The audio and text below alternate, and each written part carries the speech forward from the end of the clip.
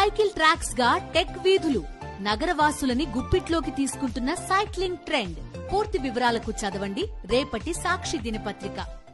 హోంమంత్రి అనిత మతంపై సోషల్ మీడియాలో దుమారం చెలరేగుతోంది. తాను హిందువునంటూ హోంమంత్రి అనిత ఇవాళ టీడీపీ కార్యాలయంలో నిర్వహించిన ప్రెస్ మీట్లు చెప్పారు. గతంలో ఓ టీవీ ఛానల్ ఇంటర్వ్యూలో తాను క్రిస్టియన్ అంటూ అనిత చేసిన వ్యాఖ్యలను పోస్ట్ చేస్తూ నెటిజన్స్ సెటైర్లు విసురుతున్నారు. హోంమంత్రి అనిత కళ్లార్పకుండా అబద్దాలు చెప్తున్నారంటూ వైఎస్ఆర్ కాంగ్రెస్ పార్టీ సోషల్ మీడియాలో విమర్శించింది. ఇంతకీ హోంమంత్రి అనిత గతంలో ఏమన్నారు, తాజాగా ఇవాళ ఏమన్నారు చూద్దాం. నేను మ్యారేజ్ ఇప్పటికీ కూడా నా బ్యాగ్ లో బైబిల్ ఉంటుంది, అట్ ద సేమ్ టైం నా కార్ లో బైబిల్ ఉంటుంది. బైబిల్ లేకుండా బయటకు వెళ్ళను. నేను ధైర్యంగా చెప్తాను, ఎస్ నేను హిందువుని. మీరు అబాండాలు వేసినంత మాత్రాన నేనే వెంకటేశ్వర స్వామికి దూరం అయిపోలేదు కదా. I'm a Christian.